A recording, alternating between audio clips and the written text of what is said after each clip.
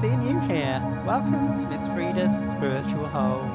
And first of all, excuse the mess.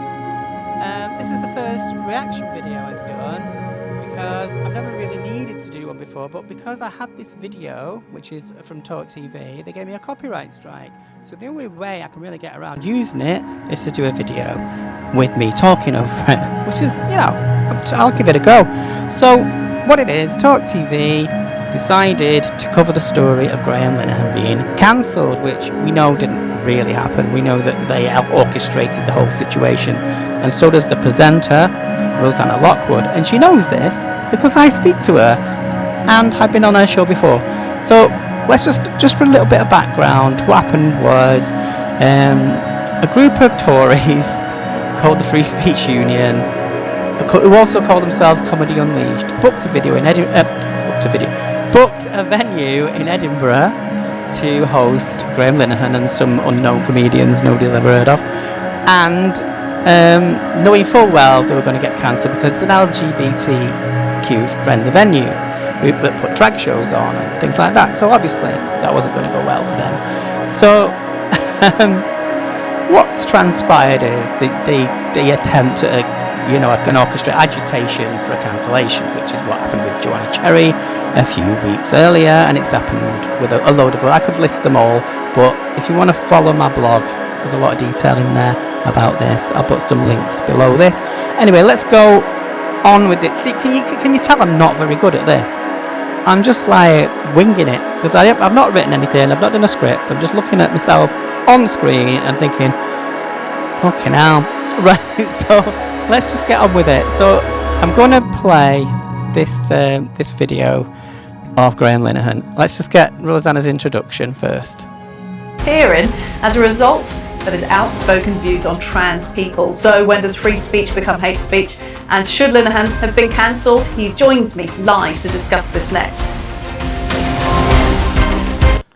Oh yeah, just to point out before Rosanna speaks, this is Piers Morgan's show, and normally it would be Piers Morgan, so that's why it says Piers Morgan. This is Rosanna Lockwood, obviously not Piers Morgan, unless Piers Morgan has transitioned into Rosanna Lockwood in the time he's been on holiday. So anyway, let's carry on. That's a bit of a side note, I don't know why I said that. Now, against a venue in Edinburgh, unless it apologises and U-turns over cancelling a comedy show he was set to appear in. The Leith Archers pulled the plug on the Comedy Unleashed event after it received complaints that Mr. Linehan was on the bill. They said, the Leith Archers this was, their decision had not been influenced by online activists and that the comedians' views just didn't align with their overall values. Yes, that's because everybody knows what Grahamn Linehan's online values are, and we don't need to go... Anybody who's on Twitter knows what Grahamn Linehan is famous for, and it isn't comedy. A few people might stray in who've watched Father Ted and think, oh yeah, it's Grahamn Linehan, but most of the people who know Grahamn Linehan, it's no secret, is it? It's the same with J.K. Rowling. When we see I love J.K. Rowling, they're not talking about Harry Potter. Let's be realistic. The Dublin-born writer has been an outspoken critic of transgender self-identification. Leith Archers... Can we just stop here and appreciate how good Rosanna's hair is? Look at the state of this. I wish I could get my hair done every day like this. This venue in Edinburgh is a vocal supporter of the LGBTQ+ community. So where is the line being drawn here on freedom of speech?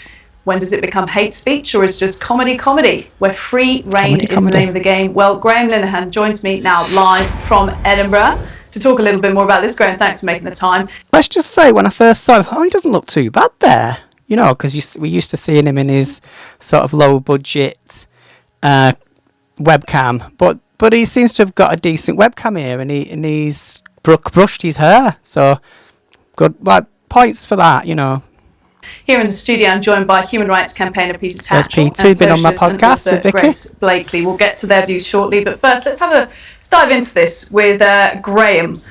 I've got to ask you, Grahamn, did you expect this? Yes, he did.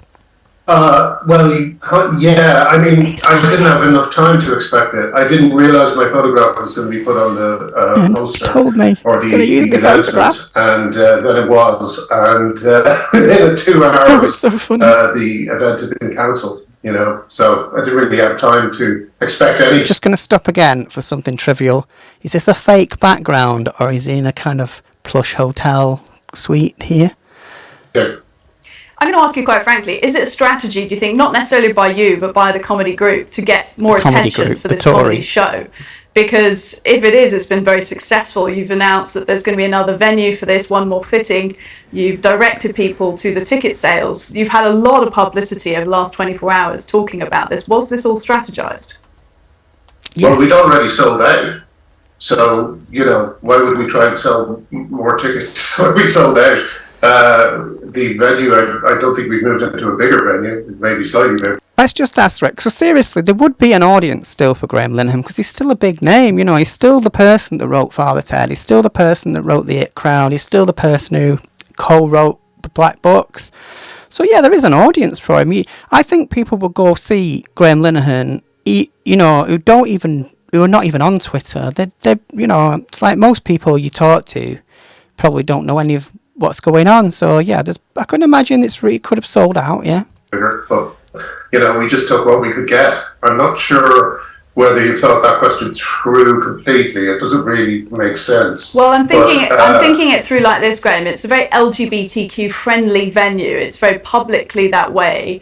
Your name was kind of kept back until the last minute. It was gonna be offensive to that community, to that venue. That must have been known by the group that put this together. What about my views would be offensive? Can you give me... Right, what about Graham's views would be offensive? Okay. How about calling just random people groomers every day?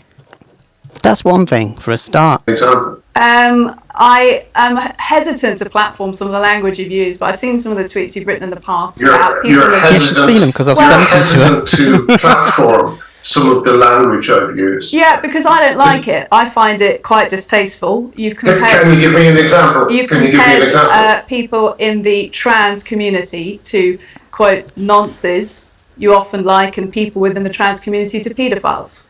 No, what I said was there are central figures within the trans community. Amy Challoner is one example, who is now married to a pedophile. Now, we're getting into libel territory here, so... Rosanna does call it out, but I'm just a bit worried about... I might have to mute a bit of this because he's actually calling people paedophiles on national TV. This is what happens when you go down rabbit holes like this. His father is serving 24 years in prison for torturing and sex. Just going to mute that. Amy Challoner was at the heart of Stonewall when Stonewall was introduced itself by the institutions across the country. So he's just one example. The inventor of the trans flag has written so-called erotic stories about young girls. Grahamn. He said that I mean, do you understand the difference here between... Because this has turned into an argument about whether comedians can be risque and controversial and dark in their humour, which of course they can be. People are brilliant at it. I think you're a comic genius. Your work with, Father Ted... The It Crowd, Black Books, exceptional. Some of my favourite comedy. Of course, I understand dark and controversial views make comedy. But is there a difference, though, between airing outright offensive political views on Twitter and the artfulness of bringing dark... Just going to pause it there because what she said there is really true. Because people talk a lot about free speech. And free speech is one of the big... issues online. But what the difference is between free speech and what Grahamn does is amplified speech. It's not a level playing field. And if I was Ricky Gervais watching this, I'd be shitting myself because he does exactly this kind of thing where he will imply something or share something or agree to something online and endorse something because, he can have that kind of effect. He can create that kind of traction on something. So it's what you're aligning yourself with, not just what you're saying. But with Grahamn, it's explicit. And the people that have defended him up till now have a choice to make. They've got a decision to make now. We always knew, obviously. as trans people online. We always knew this, but there are people now who are watching this who've probably had, I don't know, I'll just leave it, I don't want to think about it. They're going to have to think about it. And because Grahamn Linehan might have been one of their friends at one point. So let's just see what Grahamn has to say to that. Opinion into comedy. Yeah, but none of my comedy is about this issue. It's just observational comedy. But do you not understand why your Twitter output and why your commentary over the last few years has led you down this path to being constantly cancelled? Because you're protecting paedophiles. The media is protecting paedophiles, like Amy Challoner, who was at the heart of Stonewall when Stonewall was introducing self-ID around the country. Once again, Amy Challoner's father abused and murdered a little girl. I should have cut that out. Amy Challoner's boyfriend is an admitted paedophile who writes short stories about abusing children. Now listen. Yeah, I'm listening. Every time we bring up these central figures, we are accused of calling every figure who is trans a paedophile. We're not. We're talking about those people who the media and trans rights activists never call out. When he says trans rights activists, it just means trans people who go to his profile and say, stop being a dickhead. Just stop, leave us alone. Stop proliferating this nonsense. Because when I first started, became aware of it, I thought, I'll play nice. I'll try and talk to him. He looks like he's having a bad time. It looks like maybe, I can break in there, get into his brain a little bit, make him realise, it's all vexation, if you're putting it mildly. But it was never like that. He would always double down. He's never had any sort of moment of clarity. If you watch his podcast, his YouTube channel with Helen Stanyland and RT Morty, is he called? You'll see that he's relentless. He never has that moment where he goes, I don't know about that. It's always got to be full on and without doubt and single-minded and, completely blind to any doubt that might creep in. That's why he's got to be like this all the time. Plenty of people in the media, Grahamn, who are calling out extremist factions within the trans community. The people you've just mentioned, by the way, are named. They're not here. They are not here to defend themselves. Name one person. There are plenty. Name one person who is calling out the trans rights activists who put pornographic images underneath J.K. Rowling's tweets. Name one trans rights activist who condemned that act. Look, can I just ask? Right, let's just address this now, because he's talking about pornography on Twitter and stuff, because there is pornography on Twitter, which is like, but Grahamn Linehan is one of the people that searches for pictures of trans women to share with other people in order to shame them. Because it happened to me, and I played a different game with that. I knew what they were going to do that. Somebody tipped me off that somebody had some photos of me, and I said, I'm putting them pictures out because I know who's got them and I'm not going to be intimidated. So that's a tangential story, but what I'm telling you is he's got no problem with sharing pictures, pornographic pictures of trans women, and he's got no problem of showing graphic images of surgeries that trans people have had. He has no scruples. He has no moral compass about that. He only uses that as a weapon when it suits him. I'll ask you this actually before we go. Do you regret having taken this path? Because you seem to have taken a more and more extreme path over the last few years. How is it extreme? The views you've just expressed, most people can't call those extreme. When you started, it's extreme to be an anti-paedophile who's at the heart. Those are allegations. Once again, this is a news program. These people aren't here to defend themselves. These are not allegations. These are being reported. I do not report. When have I been? I'm being sued by a trans rights activist named David Paisley. The last trans rights activist who sued me was Stephanie Hayden. Stephanie Hayden is a criminal. Right, Grahamn, in which case, I just have to mute that bit because he's being libelous, and I don't want anybody to have to hear it. Right. David Bridle, and all of this is readily available online. And in which case, if you are understanding the subject, if you're in active legal proceedings, Grahamn, I'm going to cut away for your own good. I'm going to cut away. That is very, very wrong. It's like those. Just one second before I cut that there because there was like a Talktv sting thing, and what was happening there was Rosanna knew that wasn't going to go any. going to get anywhere with him, and he's just becoming more and more aggressive and doubling down on calling people sexual predators and all this stuff. So she made the right decision there. So she's brought Peter Tatchell in for a moment of peace and calm. Look, there's like this aura of calm around Peter. Who highlight terrorism by Muslims to tar and demonize the whole Muslim community. That is totally and utterly wrong. It's we exactly have to say that trans people deserve dignity and respect. Giving them. Now, the argument they would say to that is you can't compare it to racism because trans people just choose to be trans. You know, they're actually men, so they're actually the abuse we give them, they choose to have it. That's their argument. That is actually their argument. Dignity and respect doesn't take away the rights of anybody else, and this is a community where the hate crime figures have soared in recent years. Hang on a minute. Fueled. I'm just going to move the Madonna turns 65. Wow.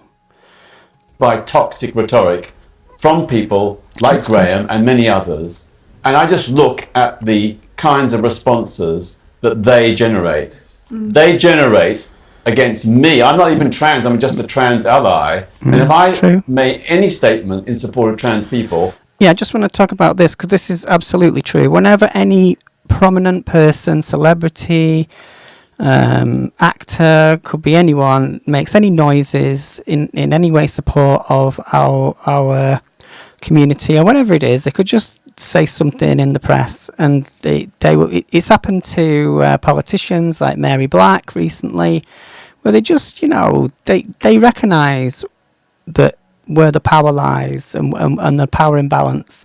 The people that attack us, the people that Grahamn Linehan is working with here are millionaires that are manufacturing vexation so they can agitate the trans community into reacting.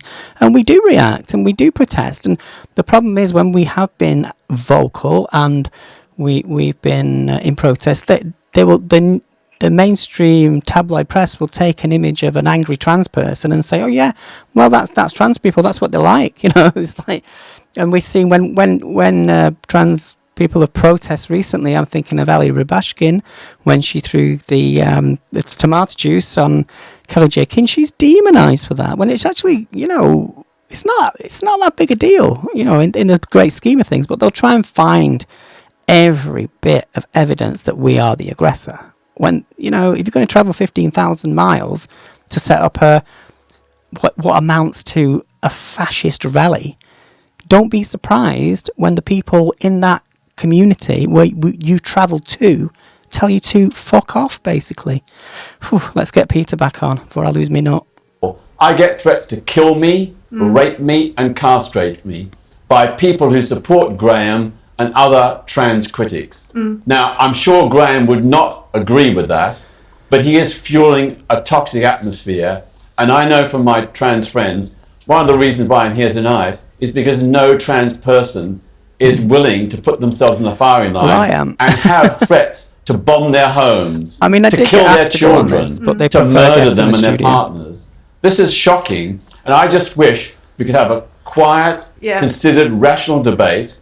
We can disagree, but let's do so respectfully, without demonising other people, without making these inflammatory statements. And Grahamn must know, he was axed from Twitter because he made violent threats against other people. He was subjected to a police order over harassing people. He is not behaving in a way that is responsible and respectful. If I could have got another word in edgeways, but there's a point at which sometimes, if I'd asked another question, you would have aims to the wider community. So before I bring in, what was she called? Grace Blakely.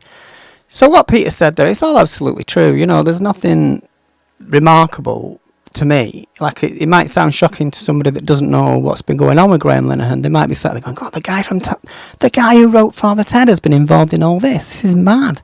And I hope they think that, because it might be the first time they've had to think about it. But for us, for people in the trans community online, it's like, yeah, we've been trying to tell you. We've been trying to tell you this for like 6 years. And like when we go on telly and we're asked, so what's the problem? You can't keep moaning about it. Just get on with your lives. Stop drawing attention.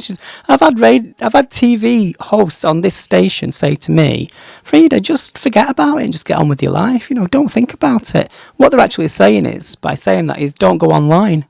You're not allowed. If you're getting bullied, go somewhere else. But it's not really that simple, is it? And I'm not going to be forced back into a closet because there are people like Grahamn Linehan that exist in the world. So let's have a listen to what Grace has to say. Community. I think you handled that well. Mm-hmm. I question, to be honest, the decision to have him on at all, because this is a prime example of what people say when they say, I've been cancelled. What they mean when they say, I've been cancelled. Yeah. The idea that because you have views that are so objectionable, because you debate in a way that is so just grating, quite frankly, and rude, insulting, talking over people, unable to have a civilized conversation, unable to just look at the facts to kind of take into account people's rightly very sincere feelings over this. And you then say, and a private institution has stopped playing my show, therefore that's an abuse of the right to free speech, which of course it isn't. The right to free speech is something that is guaranteed by the state, largely to protect against tyranny from the state. It's to prevent things like what we're seeing at the moment with protesters being put in jail for just the act of protesting. And then because of that furore, he then gets more publicity on shows like this to air his utterly abhorrent views. Yeah. That is cancellation in a nutshell. Yeah. But I defend the right of free speech of people with whom I disagree. I've often defended Christian fundamentalists. I've criticised Peter for this because I understand what he means. Free speech needs to be protected at all costs, and I would, on a personal level, on an individual human level, I would not want to stop somebody speaking, but it isn't really what's happening. People are being amplified and boosted, and if you've got the money, you can do something like that. You can ring a venue, book it, and then you've got nothing to lose because the people backing you will always bail you out. So your speech is protected more. It's like you have more backing in case there's going to be a legal situation from this. But he'll be fine because somebody will send him a check, and because there are enough people who agree with him who've got power, and that's what Comedy Unleashed is. They're not like because they try and say with the edgy comedy and we relate to the this red wall Tory thing. They don't. That comedy the offensive comedy that they are trying to invoke there would seriously not be allowed on TV and stuff like that. Not because it's edgy, it's just because it's bollocks. You know what I mean? It doesn't need to be. We went within British comedy. We can all point to something like Bernard Manning and Roy Chubby Brown. If anybody is aware of Roy Chubby Brown, it's probably one of the most offensive comedians you're ever likely to hear. But he can play venues. He's doing a tour. So why don't these people find out where those people have played and do a gig there? Well, they can't because they're middle class Tories. And if they turned up at a Roy Chubby Brown gig, they get beaten up just as easily as I would. And that's what something like Andrew Doyle will never understand, because he lives in a privileged bubble. I'll have a little bit of a rant there. Did you like it? Who've said horrible things about gay people, but I think they have a right to express that view, providing it's within the law. What's interesting about people who are trans critics is they accuse others of doing bad things to them, but they do exactly the same to others. Peter's absolutely right there. But you've just listened to what Peter Let me just stop that. So, I want to give you a chance. So yeah, that was brilliant. Both guests there were absolutely spot on. I'm really surprised. This is a first for Talktv. This is a turning point for Talktv. Speaking of turning point, that's another group that are linked to all this, and I'll talk about that in another video. I quite like doing this. I don't have any good at it, but I quite like doing it. So, and normally I'd have to write all this down in a blog and spell it all right. I just anyway. So, what was I saying? So two brilliant guests with great original thoughts. That's the thing for me. I don't want somebody to repeat something that they think is the right thing to say, or that they scripted because they're coming from a lobby group, or they're primed because they have something of an aim in what they're saying. These are people that think about what they're saying, and you can tell. And that is absolutely a first for Talktv, because I watch a lot of Talktv because I've been a guest on it myself, you know, and I know the deal. So let's have a listen to what Grahamn has to say about all this. Let's respond. Well, Peter defamed me several times in that speech. He said that I said violent threats to people. So once again, I'm going to have to be speaking to legal people about this. Legal people. I named central figures in the trans movement They're not central who have never been called out by Peter Thatcher. Peter Thatcher, who wrote a letter hang on a minute. supporting... I'm just going to stop this sound here because he's getting a bit, you know, defaming. What was that letter again? Grahamn. Can you tell us about the sound being tried? Grahamn. Peter? We wanted to talk to you Don't about... lecture me when you are ignoring a man who... So I mean, We're not ignoring down anything, Grahamn. and down. This is your conversation. We invited you to talk about... We want to talk to you about... You allowed those two people to defame me. You don't... Can I go back to the original question? Can I ask Grahamn a question? Do you disagree with? Can we... I want to answer your question. I referred to a report that said that you had been suspended from Twitter because of violent threats. That report has been widely reported. I also referred to other reports. Because I would sue them if they said that. And you also mentioned the person who I was visited by the police. That was Stephanie Hayden. I would suggest everyone at home... We are going to end this debate here. Thank you. It's... I mean, yeah, I don't know. Right, so what do we make of all that? Well, it's really sad, isn't it? It's really sad that Grahamn here, a once absolutely brilliant comedy writer, has ended up like this. This is a story arc. It's a bit like Kelly J. Keane going to New Zealand. Grahamn only had to go on a Zoom call on a TV show. This is his soup moment. So what's going to happen now is they're going to cut all Grahamn. I don't want it to happen, obviously, but I can predict it's going to happen. They're going to come from Rosanna, and they're going to try and make Rosanna here the hate figure. And I've seen people on Twitter already saying, "Where's Piers Morgan? We want Piers Morgan back." You want Piers Morgan back because he supports misogyny, and he supports Andrew Tate and people like that. And Piers Morgan would have been more on board with Grahamn Linehan, and the reason he's more on board with Grahamn Linehan is because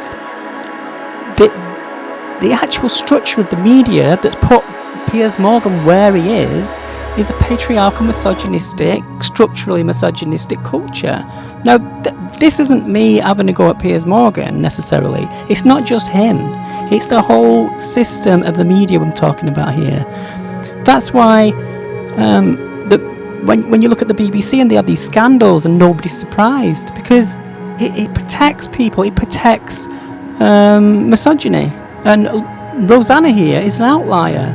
She's here standing in for misogyny, literally. Now, Rosanna does read a script to a certain extent. She will cover these topics, and I've said, "Why are you covering this topic? Why are you covering that sports topic?" They say, "Why? You do understand that this trans women in sport thing is a weapon, and it's being used to marginalise. It's got nothing to do with fairness or parity in sport. It's got everything to do with harming the image of trans women because of self-ID laws and that will be coming in Scotland and will be coming in the UK eventually, but people are pushing back, so they need to constantly demonise us." And I think Rosanna did an amazing job there. It was like I wouldn't have been able to be that cool. And me personally, I feel like I worked hard to get my voice in the media. I worked hard and I minded people. I rang up whenever they said something wrong or incorrect. I'd ring up and say, and I'd write to them. I wrote to so many people, politicians, media people, and that's why I've got my voice in the media, because I'd say, "You're doing..." So I kept moaning, and then somebody said, "Well, can you come and talk about it?" And at first I thought, can I? I thought, yeah, I can. I'm a gobby bitch. So yes, that's why I did it. And this interview, it's like, because I've been watching this story arc of this hate towards trans people, it's come to a really good place. Now, I don't think it's going to last. I think there'll be another show with Grahamn Linehan on GB News where he's given the floor and everybody claps along with Andrew Doyle, a total setup. That's going to happen again. But my voice is coming through Rosanna's voice because I've spoken to her. And when people speak to trans people, they realise we're not this media threat, this vexatious thing. I call it luxury vexation because a lot of these people, a lot of the GC crowd have never ever encountered a trans person, and the only thing they know of us is what they read about us, and obviously the only thing they read about us is what they want to read about us, and that's why we've got to change the narrative in the media, and that's what I'm trying to do. So this was my first reaction video, and I plan to do a few more. I don't ever made a hash of it. I do stutter a little bit because it's just that's the way my brain works, but I'll get better. And I think my microphone volume's a bit weird, but any feedback is appreciated. And thank you for listening. Let me just put in the back music. So thank you for listening, and there'll be more videos hopefully soon.